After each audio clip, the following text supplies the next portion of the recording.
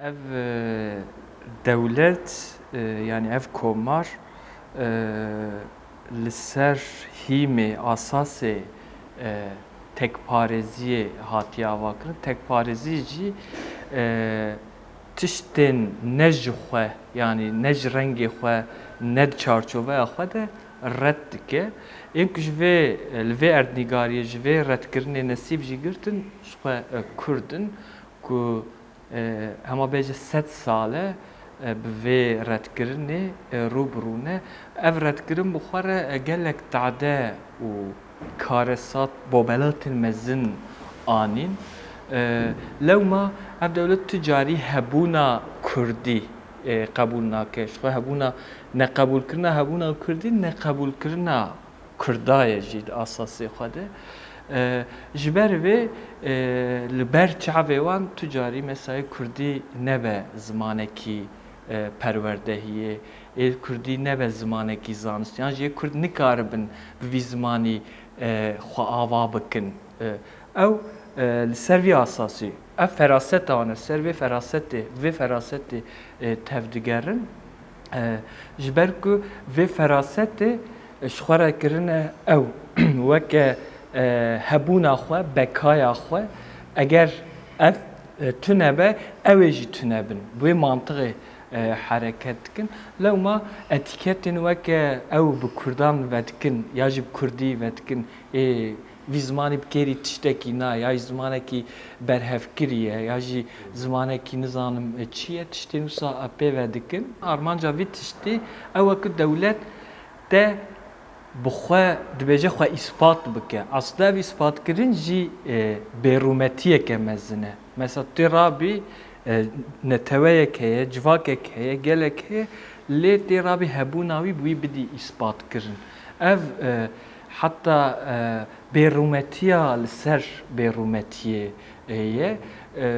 Çünkü yani tu esasê binerî em ne mecbûrin xwe îspat jî bikin çünkü em hene û zimanekî me heye çandek me heye em li gor wê hatine ev ne çandeke ku paşê ji me re hatiye afirandin ev di fitrata me de heye tiştekî fitratî be zikmakî be tu nikarî ew bikî yani tu rabî wê bi xwediyên wê bidî îspatkirin. Em Kurd û Kurmancî ev li ser vî asasî hatiye avakirin.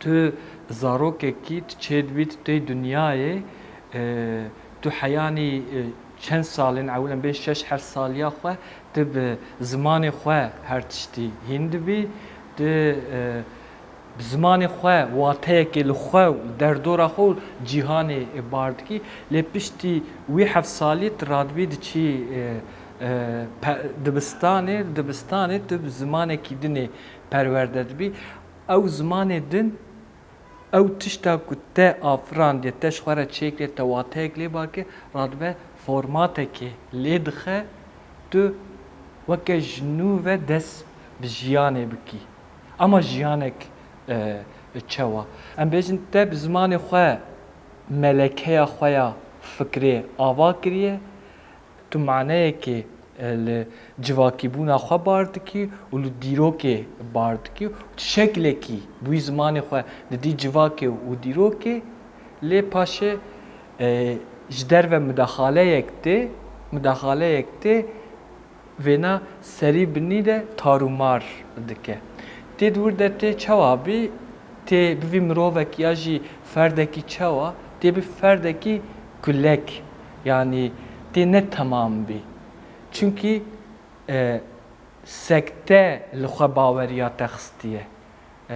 Ew xwe baweriya te ya ji bo hebûna te derbixwariye wexta derbixwe tê ne mirovekî temam bî. Ev jî ji xwe asîmîlasyoneke gelek mezin e ku te ji hebûna xwe dûr bixe. Ev pergal, ev sistem ji bo vî zimanî neyê qebûlkirin an jî Kurdan ji wî zimanî ji hebûna wan dûr bixin te dî tiştên weke divê ev ziman nabe zimanê perwerdeyê zanist tiştên zanistî bi vî zimanî nayên çêkirin, van tişta datîne meydanê. Na, yani biya min zimanê Kurdî zimanekî gelek elestan e. Yani tu berî wî ber bikive bivî, bûr ve biçe. Lê tiştên ku biafirîne jî ji nav xwe diafirîne çê dike. Ji nav xwe tiştên heyî radike, di wî de ji wan tiştên heyî tiştekî nû ava dike. Yani şikaniya xwe vedixwe. Mesela ez bi xwe di vî warî de qet bi zehmetiyan re rûbirû nemam. Helbet hin têgehên, hin tiştên ku di vî zimanî de tune ne, em radibin em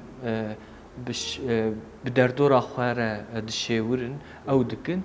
Muheqqaq em dibêjin teqabiliyeteke vî tiştî di vî zimanî de heye, heya em dibînin. Bi sedan sal e Kurd bi vî zimanî edebiyatê, berhemên edebî de afirin ku edebiyat bi xwe jî perçeyeke yani qadeke zanistê ye. Weke fealiyeteke zanistê ye. Îro bi sedan ew tên nivîsandin. Mesela gotarên akademîk tên nivîsandin. Weşanên Kurdan hene, televizyonên Kurdan hene, rojnameyên Kurdan hene. Yani eger van tişta hebin ê bi zimanê yani tiştên dinê jî bi vî zimanî bîn kirin. Ziman yani hêmaneke, faktöreke bivê neve yani pêwîst ya hebûna mirov e. Tu bi wî zimanî tu fikra xwe yani tu fikra xwe bi wî zimanî bi delîl dikî, berbiçav dikî. û tu bi wê fikra ku te wî zimanî berbiçav kiriye, te wek te jê re kiriye delîl, tu bandorekê li derdora xwe dikî, tu cîhanekê ji xwe re ava dikî. Wexta mesela tiştekî wisa hebûna, mesela em Kurd, mesela tu bend û asteng li ber vê awame tune bûna, belkî jî îro kaosên, aloziyên ku niha em tê de ne yani jiyanê tarûmar kirine ber bi cihekî hîn bêtir ve bibirana. Ber bi cîhanekê yani ber bi atmosferekê hîn xweştir ve bibirana. Belkî jî nêrîna me ya li cîhanê li her tiştî pir cuda bûna.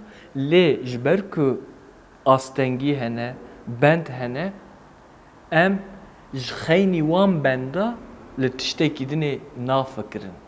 Ew bend aslında nahêlin em derbarê pêşerojê de jî hin tiştan ji xwe re bisêwirînin ya jî em wan ava bikin ji bo pêşerojê. Çi ye? Çünkü bendek heye heya em wêna ranekin, em ê nikaribin hin tiştên din ava bikin. Wexta li pêşiya hebûna te bendek hebe tiyê mecbûr tê tim li ser wê rakirina wê bendê bifikirî. Ji eger ev tune bûna wek min got nêrîna me ya li cîhanê pir cuda bûna. Bi rengekî dinê bûna. Lê mixabin komara Tirkiyeyê ku hîn jî li ser bîrdoziya yek dewlet, yek millet, yek ziman ya paradigmaya sed sala 19 û 20 e, hîn jî divê paradigmaya ku niha em bêjin li ber îflaskirinê ya li ber topavetinê, hîn jî divê paradigmayê de ısrar dike û yani bendeke mezin heya ji destatê dixwaze bendine hîn mezin deyne û li vî tevgerê me jî ji bo rakirina vê bendê ne.